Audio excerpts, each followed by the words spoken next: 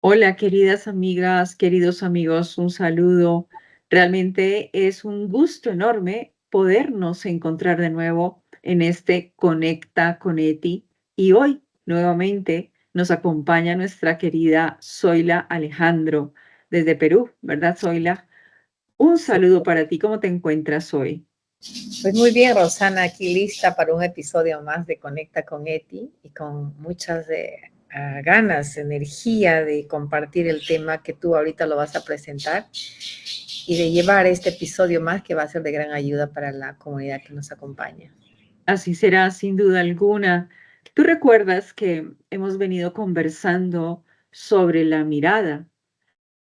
Cuando hablamos de la mirada de Eti, pues hablamos también de nuestra mirada. Quizás tenemos 5 sentidos, ¿no? Y uno de los más importantes, bueno, todos son importantes, pero el sentido de la vista y la capacidad de mirar más que ver es un poco también parte de lo que nos constituye y nos hace evolucionar o lo contrario. En el caso de Eti es curioso, se refiere muchas veces en su diario al asunto del mirar y de la mirada.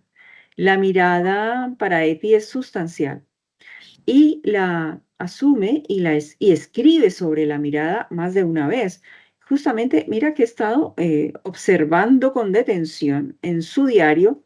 Los primeros cuadernos tienen muchísimas alusiones a la mirada. En el momento en que ella estaba como en mayor crisis, en una situación de búsqueda personal, de caos personal, como tú o como yo, que también podemos vivirlos, o como cualquiera de ustedes quienes nos ven, también lo han podido vivir y lo viven cotidianamente. Nuestra vida está llena de situaciones.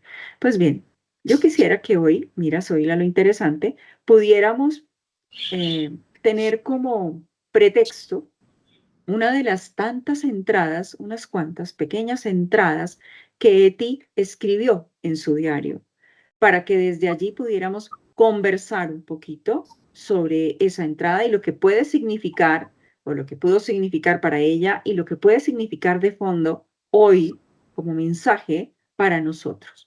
Entonces, quisiera compartirte la primera de estas entradas que tiene Eti en su diario y que es justamente en el primer cuaderno.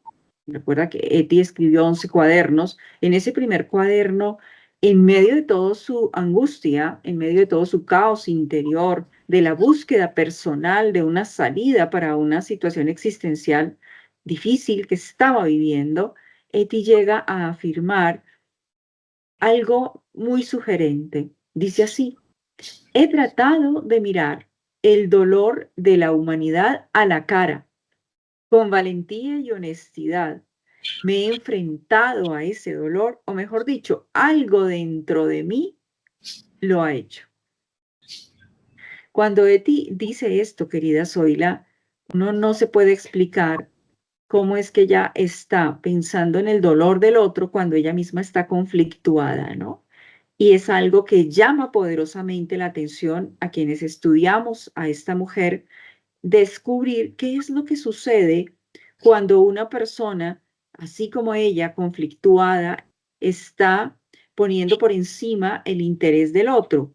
Pareciera que desde el comienzo hay en ella un interés profundo por la humanidad. No sé cómo lo lees tú, pero me parece que vale la pena que una persona como tú nos pueda compartir un poquito acerca de esta entrada de Eti y de lo que puede significar hoy también para nosotros. Creo que cuando ella dice que mira el dolor con valentía, es lo que el mundo hoy necesita también, porque el mundo está muy adolorido, creo yo.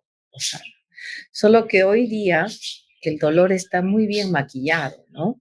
Está muy bien disfrazado, muy bien caricaturizado, pero hay dolor, el dolor, y hay dolor del mundo, de la humanidad, porque hay muchos, no sé, desigualdades, guerras, conflictos, pobreza, carencias, pero también hay un dolor personal. Entonces yo creo que Eti cuando vivía su propio conflicto personal, porque su vida era toda una desafío, ¿no? Por su historia familiar, que tenía su lucha, su propio dolor, que por una etapa de su vida ella evadió su dolor y a través de la evasión lo llevó a involucrarse en relaciones no saludables, en relaciones, no sé, no satisfactorias o inclusive dañinas para ella, y a cometer también actos que no le favorecieron en su vida, pero luego cuando ella ingresa al campo de concentración y se toca con un dolor más grande que el suyo, ¿no?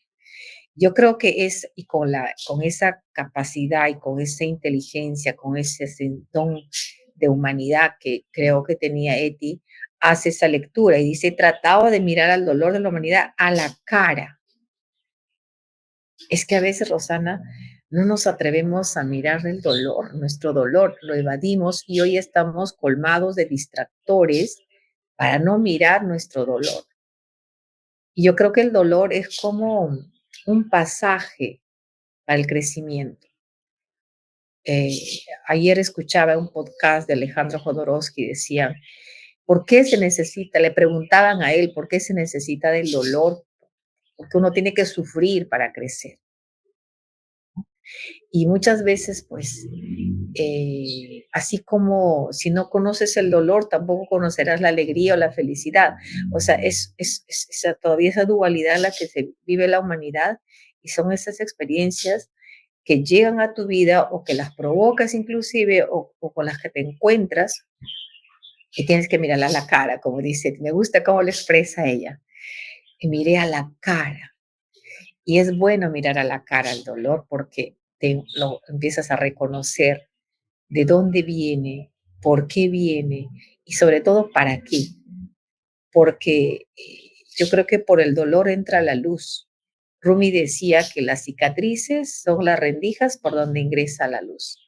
Entonces, Rosana, yo creo que Eti nos da en esta pequeña porción y fragmento de palabra, de eternidad de ella, nos dice, miré el dolor de la humanidad a la cara con valentía y honestidad, porque eso, se necesitan de esos dos valores, de valentía y honestidad, porque honestidad con uno misma primero. Si tú no eres honesta contigo misma, no reconoces tus cosas, tu historia, tus debilidades, tus sombras, tus fragilidades, vivirás ahí culpando al destino, culpando a los demás de lo que vives, de lo que haces, de lo que sucede. Entonces, Eti, en su sabiduría tan grande, a mí, cuando he leído esto, dije, bueno, me ayuda también a mirar mi dolor así, a la cara, así de frente, a cara lavada, ¿no? Así es, querida Zoila.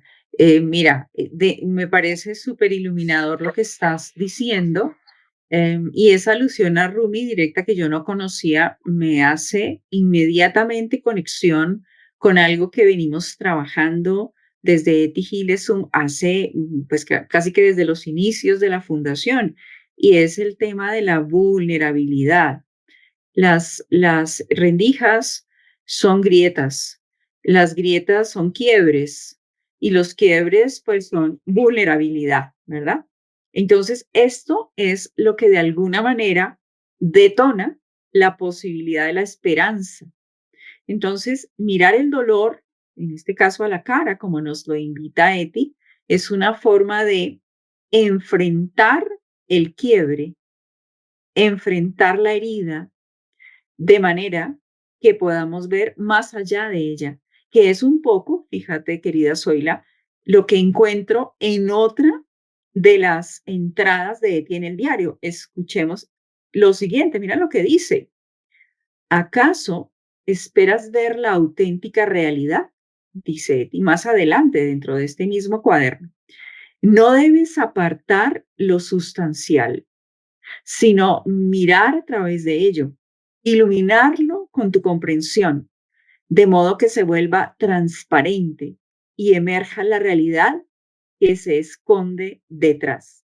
Mira la potencia de esta entrada de ti en el diario y, y de estas palabras con las que tú acabas de concluir muy bien, en el sentido de cómo eso doloroso, difícil, ese punto de quiebre es lo que nos permite a alargar la mirada, por decirlo de alguna manera, llevarla más allá de las cosas de esa situación difícil, de ese momento que estemos pasando y descubrir ese para qué o ese hacia dónde me orienta.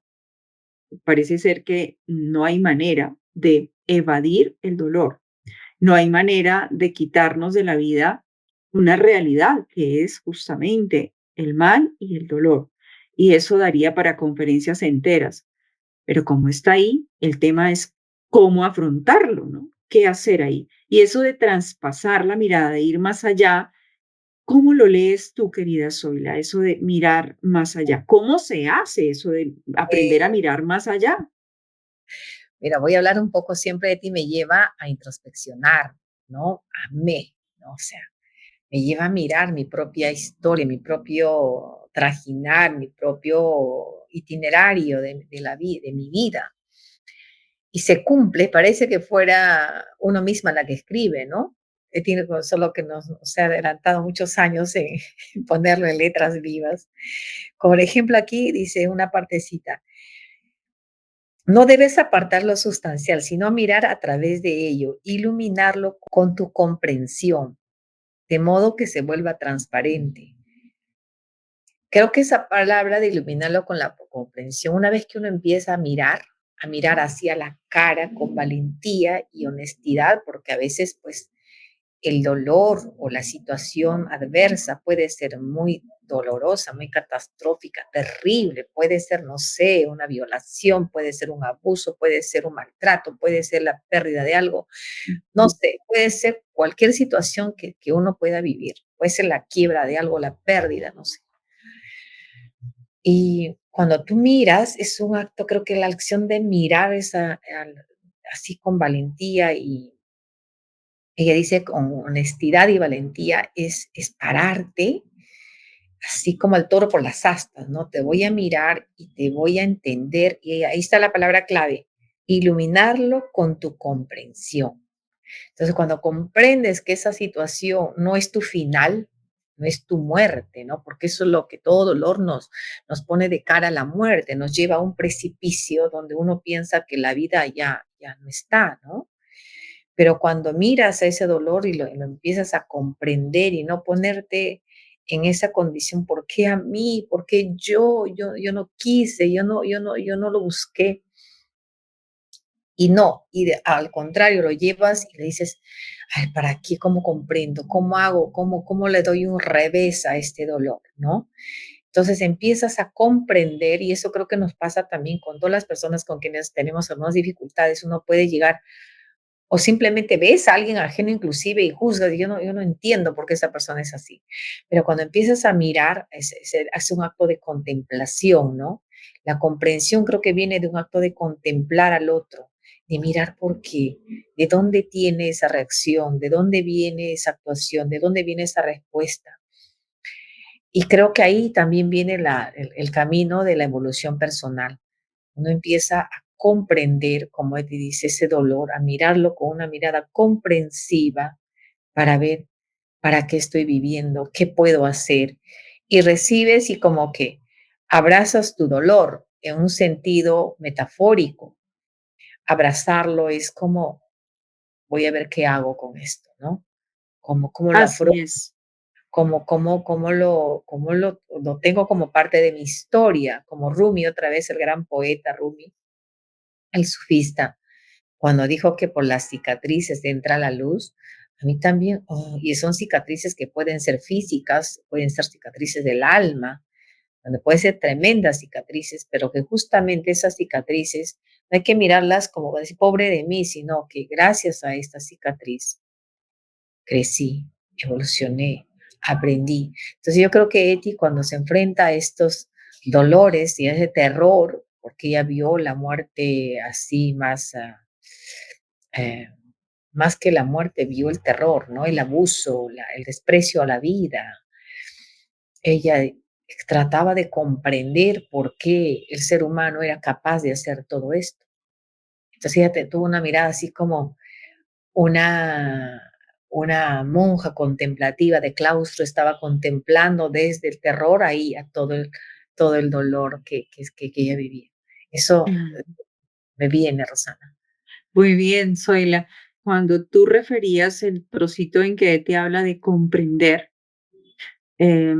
yo inmediatamente hice conexión con algo que leí hace un tiempo, precisamente de un economista chileno, de Max Neff, que pareciera un economista que va a decir, pues en algún momento vino a Bogotá y dio una conferencia en la universidad donde yo trabajaba y hablaba sobre, en un momentito, sobre la comprensión.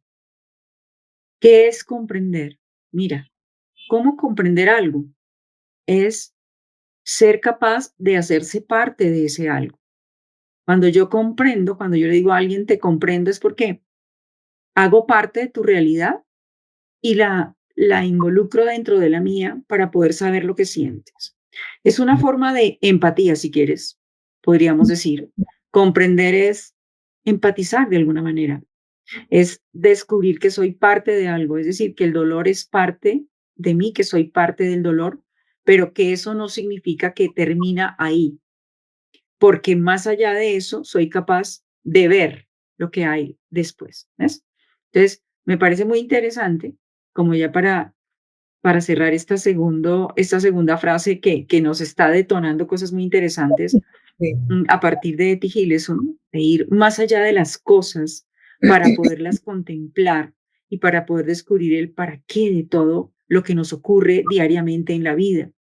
Mira, esta última frase de Etty que hoy vamos a reflexionar dice así, que nos puede sorprender, ¿no? Dice, cuando hablo con alguien, hablo de verdad, casi testifico sobre cosas serias de la vida y lo hago sin ninguna inhibición, pero me sorprendo a mí misma porque no puedo mirar a mi interlocutor a la cara, sino que miro a lo lejos. En otras palabras, hablo más para mí misma que para el otro.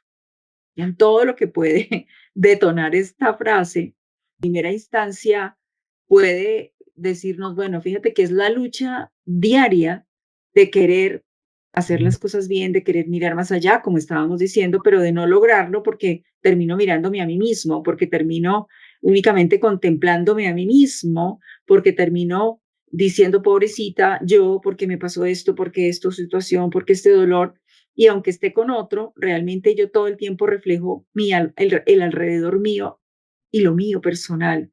Y aunque el otro simplemente será como ese que está ahí a la escucha y que simplemente está, pero no lo contemplo, no lo veo, ni veo toda la realidad que empatiza con la mía, que como en el caso anterior ella hablaba de comprender. Fíjate que Eti es como de sub y bajas, como de contradicciones, porque eso es la vida, yo no sé cómo tú lo ves, ¿no?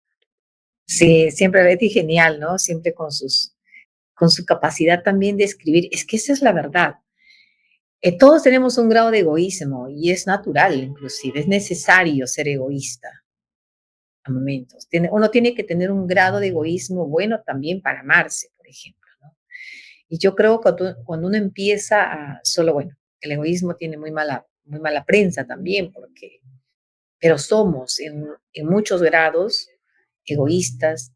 En este caso, Eti, cuando dice, hablo de verdad, casi testifico sobre cosas serias de la vida y lo hago sin ninguna inhibición. Y eso era lo rico en ella. Ella hablaba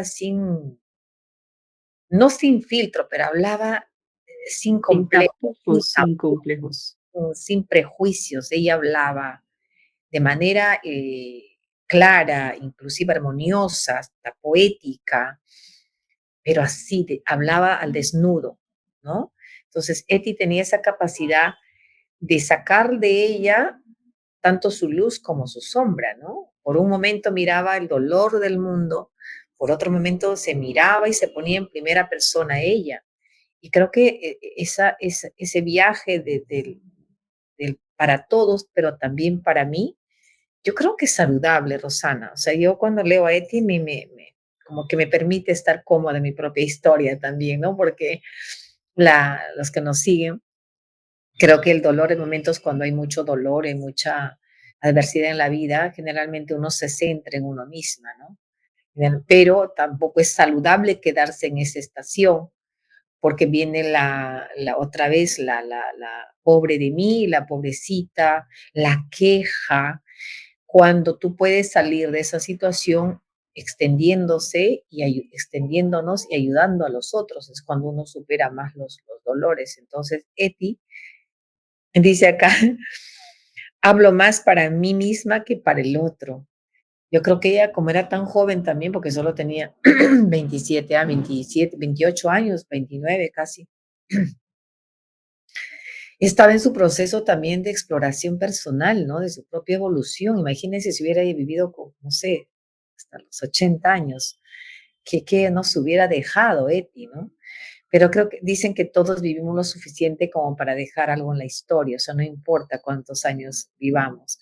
Creo que Eti en sus 29 dejó lo que dejó y nos tiene acá. Entonces, Rosana, creo que estas tres frases que Eti nos invoca, nos exhorta, nos motiva a hablar a mirar el dolor con una mirada completa, ¿no? Esa mirada que tú hablabas en la anterior cita, como la comprensión, y creo que la empatía es como en la parte personal es el primer paso de la comprensión, porque la comprensión es como que usar a todas las inteligencias, tanto cognitivas, emocionales, espirituales, holísticas, que te permite ver la vida en perspectiva. Entonces, Eti, muy adelantada a su época, creo que tenía ese sentido de comprensión porque ella era intuitiva, ¿no? Ella escuchaba, observaba, ¿no? Miraba y cavilaba dentro, entraba en su Mm. comprender y escribir. Qué rico, ella lo trataba de poner en letras, en palabras exactas, algo tan duro, tan doloroso y tan terrorífico como ella vivió. Entonces, creo que Eti nos invita tanto a hacer ese viaje de abraza con tu dolor, mira tu cicatriz como una rendija para la luz, y no solamente tu dolor, porque cuando trabajas tu dolor, te permitirá comprender el dolor del otro. Y ahí es, Clave eso que acabas de decir, Zoila. Justamente yo con eso quería como esa idea enfatizar para cerrar este espacio tan bonito que hemos tenido hoy, porque justamente es así. La autocomprensión del propio dolor te capacita para la comprensión del dolor del otro y para mirar al otro de otra manera.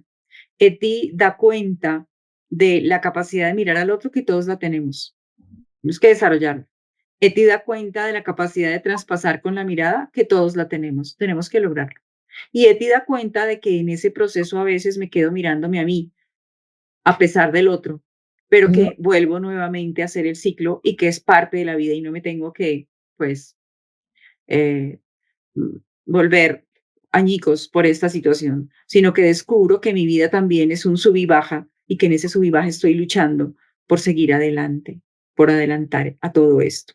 Querida Zoila, muchísimas gracias. De verdad ha sido un gusto tenerte aquí y seguimos. Nos encontraremos más adelante. Un siempre es un abrazo. placer y gracias a todos. Así es que venimos con más. Gracias. Claro, venimos con más. Un abrazo grande.